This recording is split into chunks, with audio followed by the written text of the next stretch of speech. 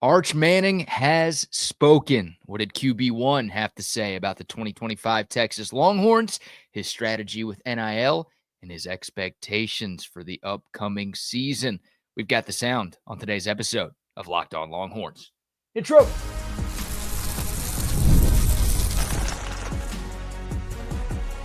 You are Locked On Longhorns, your daily podcast on the Texas Longhorns. Part of the Locked On Podcast Network, your team every day. Welcome in. You are Locked On to the Texas Longhorns. I'm your host, BK Brad Kellner, Texas grad, Austin local, and longtime sports radio host here in the Lone Star State. Thank you for making Locked On Longhorns a part of your day every single day. We're free and available wherever you get your podcasts and on YouTube as well.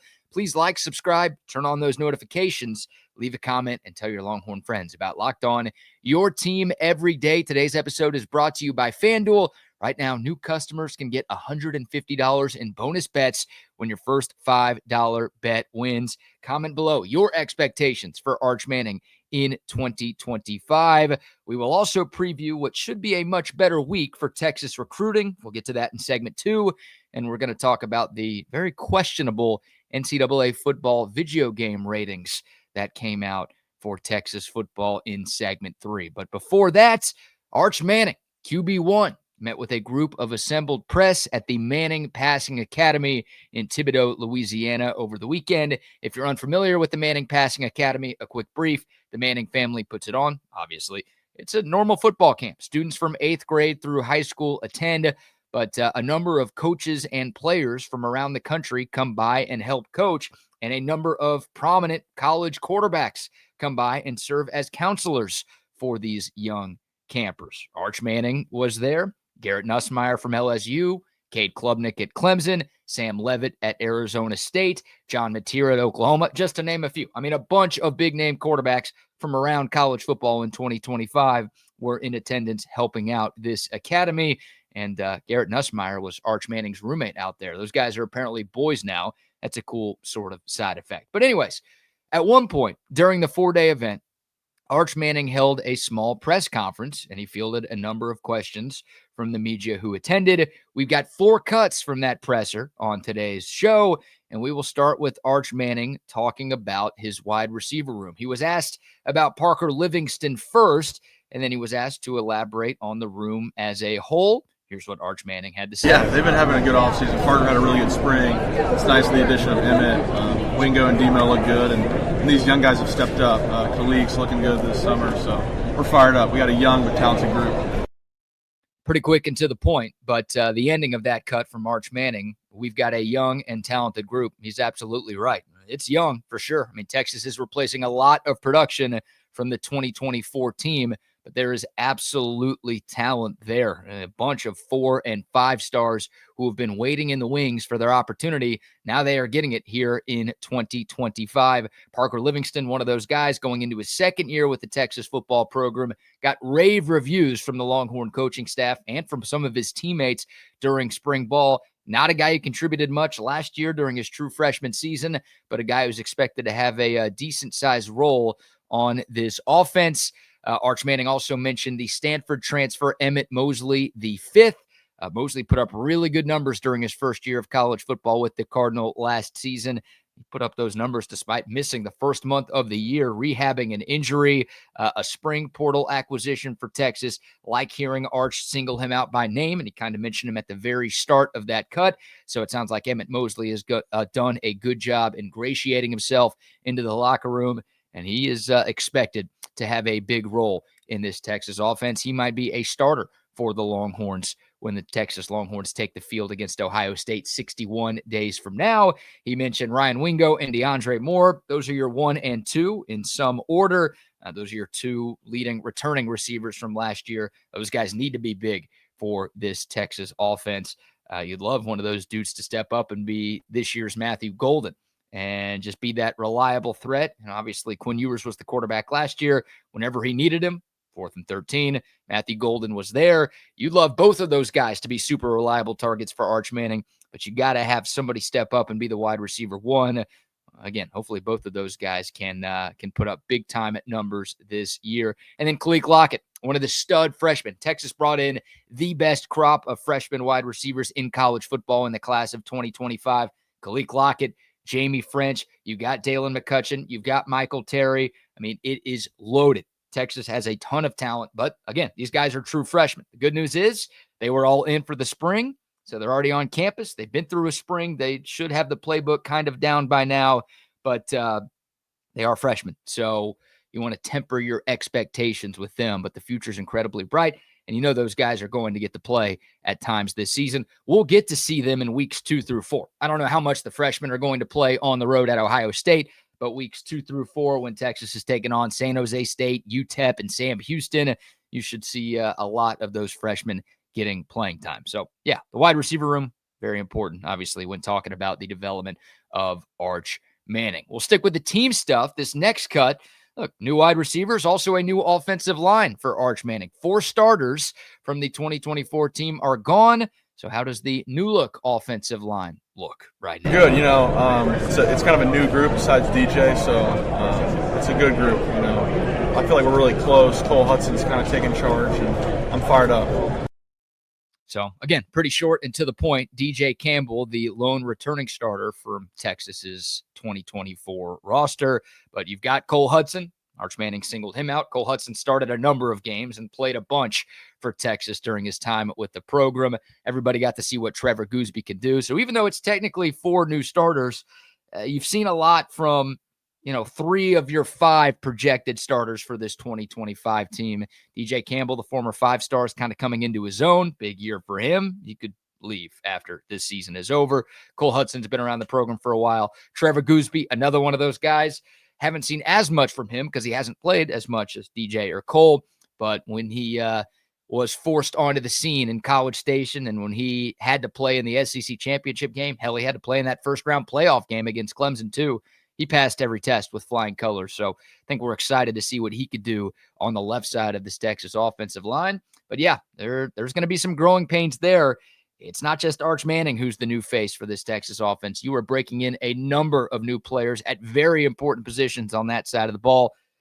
I don't want to say it doesn't matter how good Arch is, but man, if the offensive line in front of him sucks, it's not going to matter that much how good Arch is. You got to give him time to do what he could do. Obviously, you have to create holes for the running game to make this offense multidimensional. I think anybody who knows football knows it starts up front, and Texas needs the offensive line to continue to be one of the best units in college football. It won't be easy, but you've got one of the best O-line coaches in America with Kyle Flood. There's still a ton of talent there. And again, even though it's technically 4 new starters, 3 of the 5 guys you've got have started and have played a good amount of football at the University of Texas. All right, on to the next cut. Let's talk a little NIL here. I think everybody knows by now that Arch Manning has the highest NIL valuation in college sports, not just at Texas, not just in college football, in all of college athletics. He's inked deals with Red Bull, Viore, Uber/Waymo, those self-driving Ubers here in Austin. I'm sure there are more coming as well.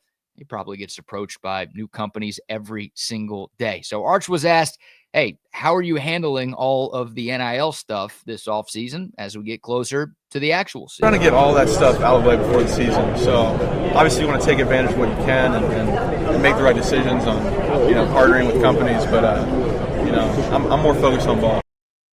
Oh, there you go. That's what you want to hear if you're a Texas fan, right? Get it all out of the way by the start of the season. That was what Arch said at the beginning of that answer. And then at the end, he said, I'm more focused on ball. So, look, hopefully Arch has people, his family, business partners, whatever, who are advising him on, hey, here's what you should do, here's what you shouldn't do, because he wants to focus on football. Like, that's the NIL stuff is great. He'll take the money that comes along with it, and he should, but he wants to be a great college football player and ultimately be a great NFL player as well. So he's more focused on that. We'll see if there's another Arch NIL deal in the works, but I like hearing that, hey, once we get to August 30th, we're focusing on ball. We'll get all the NIL stuff done in the offseason, but when the season starts, that is my focus, and that's what you want to hear if you are a Longhorn fan. I promised 4 cuts, so here's the last one. Arch Manning was asked which NFL quarterbacks he watches and who he kind of models his game after.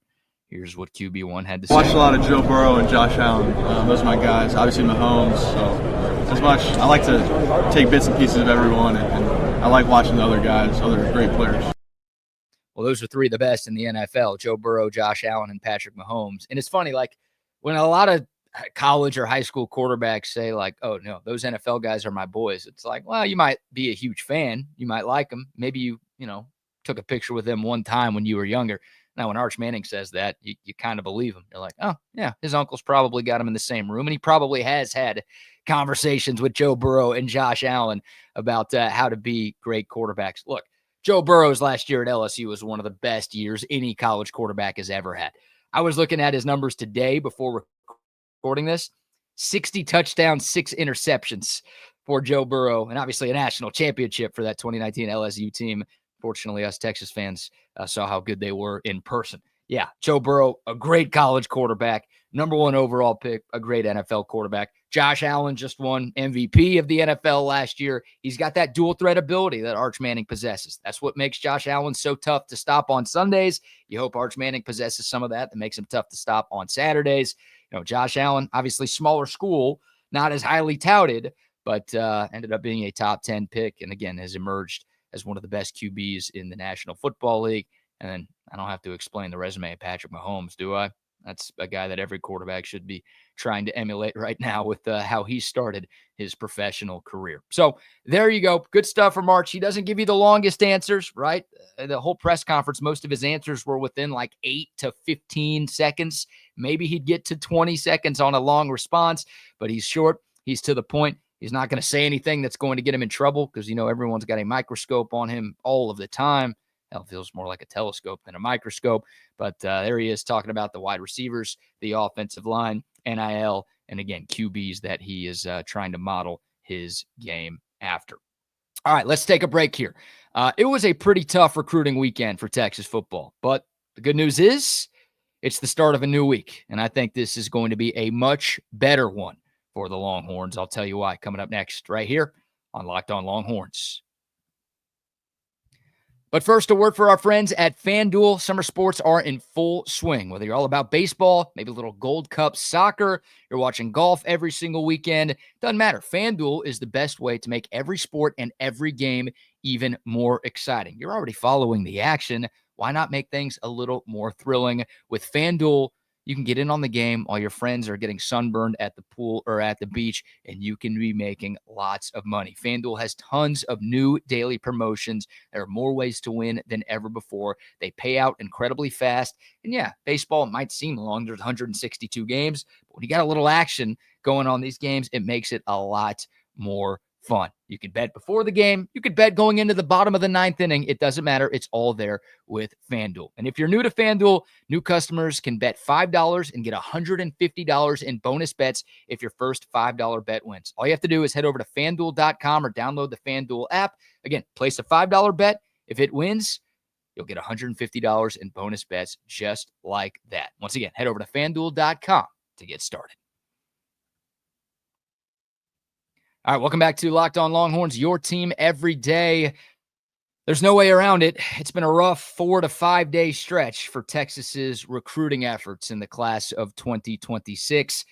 We kind of talked about this on Thursday and Friday. We knew a bunch of Longhorn targets were committing over the weekend. I wasn't feeling great about Texas's chances with any of them. And sure enough, look, this is not a time where I'm happy to say that I was right. There will be plenty of times where I am happy to say that I'm right.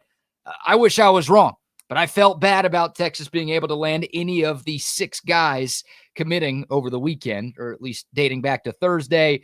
And unfortunately, Texas went 0 for 6. Thursday, it was the 4-star running back Xavier Crowell, who committed to Alabama. We talked about him on Friday. But on Friday, 3 Texas targets committed elsewhere. 4-star offensive tackle Malachi Lee chose Michigan. 4-star safety Chase Calicut from the Houston area chose Georgia. 4-star defensive lineman Damari Simeon picked Ohio State. Then on Saturday, it was 4-star D lineman James Johnson picking Georgia. And then Sunday, 5-star linebacker Xavier Griffin committed to Alabama. So not only do you miss out on all 6 of those guys, but 4 of them chose SEC schools, with 2 going to Bama and 2 going to Georgia. Texas was a finalist for all 6 of those players. Hell, Texas may have been runner-up for 4 or 5 of those 6 names that we just mentioned. And unfortunately, we're not playing horseshoes here, so close doesn't count for much. Now, the disclaimer, we got to mention this. Every time we talk about midsummer commitments, none of those 6 guys have signed anywhere. National Signing Day isn't until December. So Texas is going to keep recruiting most of those kids. There's a chance they can get a flip or 2 out of those 6 before it's all said and done. But again, of course, it goes without saying, you'd rather get the early commitment and play with the lead versus playing from behind like Texas is right now. So we won't focus on those names anymore, at least for this segment. Hopefully they give us reasons to talk about them at some point between now and early December. But let's look ahead to this week. 7 more Texas targets are set to commit between now and Friday. Matter of fact, they're all committing between Wednesday and Friday. So the Horns have a chance to get some fireworks going into the holiday weekend. Yeah, the pun was intended there.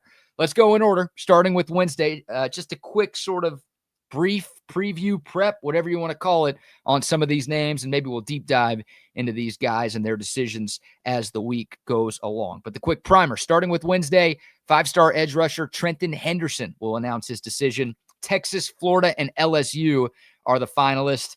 It feels like Florida is the favorite here. They're the team that's been trending the longest. If you ask me right now where Henderson ends up signing, or at least committing, I would say Florida. I think LSU is honestly number 2 right now. Texas really wants this kid. They are prioritizing him. They're doing whatever they can to maybe change his mind in this past week. Henderson did visit twice in the month of June. That's the good news. The not so good news is he flipped an OV from somewhere else to Texas at the last minute, which, hey, it's good. He came on campus, again, twice this month, but that means Texas was kind of late to the party here. Florida's been on this for a long time. I feel like they're the leader in the clubhouse, so we'll see. But also on Wednesday, another 4-star defensive lineman is committing. Kendall Gerville from the state of Florida. He announces at 4 o'clock on Wednesday, I think Texas gets this one. And if Texas does end up with Gerville, I mean, they already have one of the strongest defensive line classes in the country. Gerville comes. You've got Vodney Cleveland. You've got Dylan Berryman. You've got Corey Wells. You've got Richard Wesley already committed in 26. Yeah, that addition would give the Longhorns the strongest D-line class in the country by a pretty decent margin. So you'd love to get both of them, but if you can go 1 for 2, that's good news if you're a Texas fan. So those are your 2 Wednesday decisions. Thursday, 4-star edge rusher / linebacker Kosi Opala will announce his decision. This is another one where I like Texas's chances. From the Houston area, Penn State's in the mix, Baylor's in the mix, Miami's in the mix, the 27th ranked edge in this class, a guy who could play edge in college, a guy who could play more of an off-ball linebacker position in college. 6'2", 230 pounds.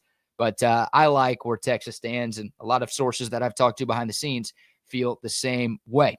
On to Friday. I mentioned there are 7. We've only mentioned 3 names so far. Do the math. 4 of them will commit on Friday, starting with 4-star offensive tackle John Turntine III. If you are a recruiting junkie, this is a name you've heard about for a long time. One of the best offensive linemen in this class and an in-state kid that Texas really, really wants. Texas, Michigan, and A&M. Sort of the 3 teams battling till the very end. I think Texas is in the driver's seat here. This one's been a little wishy-washy over the last few months, but if you ask me to make a pick right now, 4 days out from commitment dates, I would pick the Longhorns here. That would be a big one. You get Turntine and Felix Ojo, then boom, those are 2 stud offensive tackles, and you're set for this class, and you're set at that position for the foreseeable future. 5-star edge rusher Bryce Perry Wright from Vegas. At least he will be committing in Vegas this week. That's another name. He visited Texas earlier this month. I think Clemson is in the driver's seat here, but I will give Bryce Perry Wright credit, from Georgia, by the way, but committing in Vegas. So we're all over the place here. Clemson has been the team that has been trending. Bryce Perry Wright has done a really good job not tipping his hand. There's a Vegas reference for you. So would I be shocked if Texas got this? No. Miami is going to have a hat on the table. Texas A&M is going to have a hat on the table. Maybe all 4 schools have a shot. Clemson would be my pick, but don't count Texas out of this one. 4-star wide receiver Caden Finley, a Texas legacy. He's going to announce on Friday as well. Notre Dame in the driver's seat here, which is disappointing. Again, Texas legacy. Want to keep those guys, keep it in the family, keep them coming to Texas. Feel like Notre Dame is going to get this commitment here. And then 3-star tight end Zach Turner from Duncanville, one of the best high school football programs in the Lone Star State. Zach Turner did not take an official visit to Austin in June. Texas has other tight end targets that they've been prioritizing more. Zach Turner does have an offer, which is why we're talking about him here.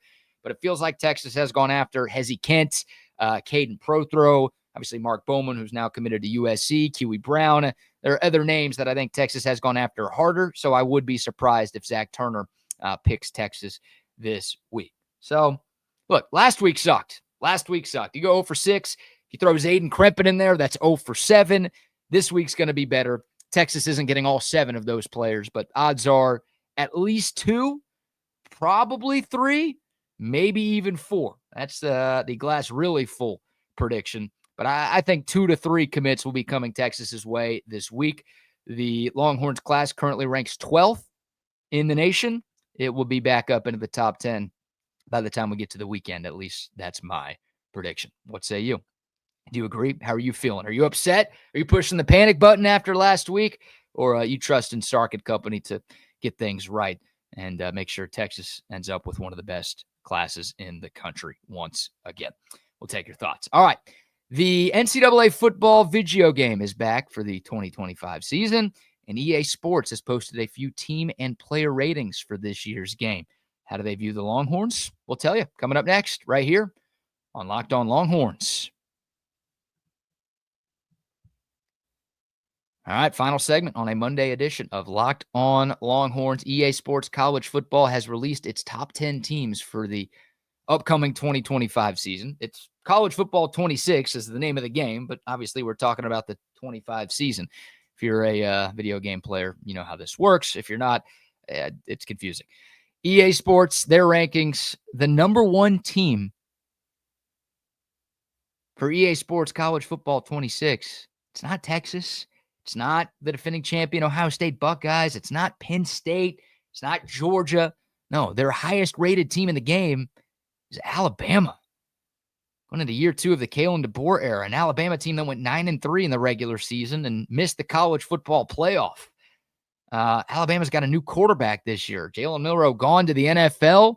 Alabama's got a lot of talent. They always do, but I was stunned to see them as the top-ranked team in this game, considering what happened last year and considering the questions surrounding Kalen DeBoer. But there you go. There's a 6-way tie for second place. So Alabama has an 89 overall rating. There are 6 teams with an 88 rating in the game. Texas is one of them. You've got Texas, Ohio State, Penn State, Notre Dame, Georgia, and Texas A&M. That's right. Texas and Texas A&M have the same overall team rating in this game. Did they not watch what happened last year? By the way, the other teams, Texas, Ohio State, Penn State, Notre Dame, Georgia, all 5 of those teams made it to the college football playoff last year. Obviously, one of those teams won it all. 2 of those teams played in the title game. 4 of those teams made it to the Final Four. You've got Georgia in there. They won the SEC title game. A&M went 8-4 last year. And they have the same – look, it's a game. You shouldn't lose any sleep over this. Probably sounds like I am. I promise you I'm not. But I was like, really? A&M on the same level as all of those? Like legit national championship contenders? Whatever you say, EA Sports. Texas has tied for the best offense. So what we just talked about, the overall team ratings. Texas has tied for the best offense in the game. 91 overall. Penn State, Ohio State, and Arizona State. The other 3 teams with that 91 rating on offense. The Longhorns have the second best defense. I should say tied for the second best defense in the game with Penn State. Alabama is number 1 in that category. Some player ratings. These are not official from EA Sports, but we've had some leaks online over the past couple of days. Someone posted the top 100 rated players in the game. Not sure how they got it. Happy they did. 5 Longhorns made the cut out of the top 100 players. And we also have a few more players to talk about because a couple of other ratings leaked. But the 5 Longhorns in the top 100, starting at the top with Anthony Hill Jr., given a 95 overall rating, which would make him tied for the third highest rated player in the game. Jeremiah Smith is number 1, Caleb Downs number 2. So a couple of guys that Texas will see in week 1 are the 2 highest rated players in the game. If you watched them play last year, it's hard to argue. Anthony Hill tied for third, 95 overall. If you've watched him play, I'm sure y'all have. Hard to argue that too. He's one of the best players in the country. Colin Simmons comes in at 93. He's the second highest rated player for Texas. Manny Muhammad, a 92, is the third highest ranked player for the Longhorns. And then 2 more Longhorns again in the top 100.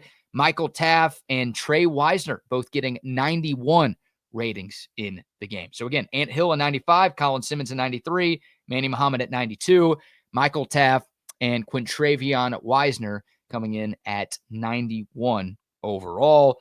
A couple of other Texas players that were outside of the top 100 but did get 90-plus ratings in the game. Some of y'all get this. Some of y'all probably sounds like I'm speaking a foreign language. You maybe have already tuned away at this point. A couple of other 90 scores.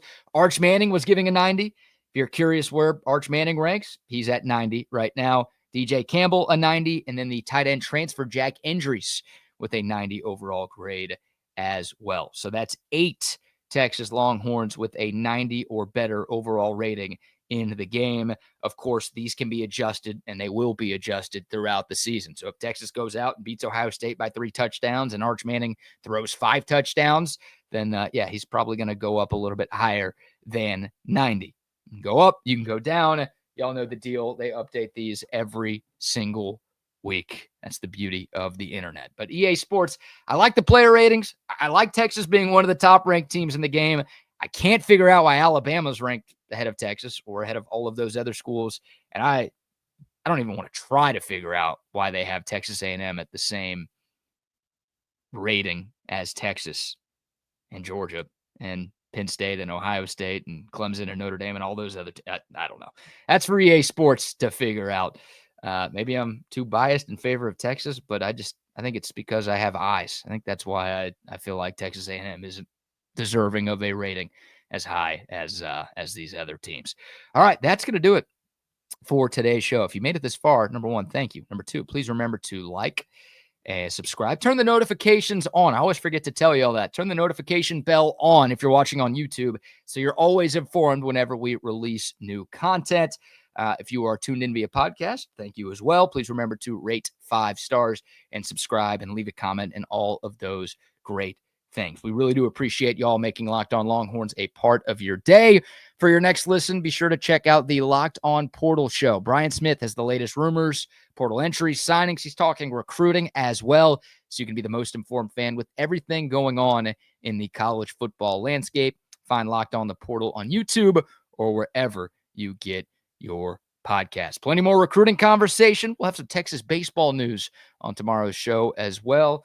And who knows? There's never a dull moment on the 40 acres. We got you covered with everything you need and everything you want right here on Locked On Longhorns. But that's going to do it for today's show. Until next time, horns up, mics off. We'll see y'all soon. This is Locked On Longhorns.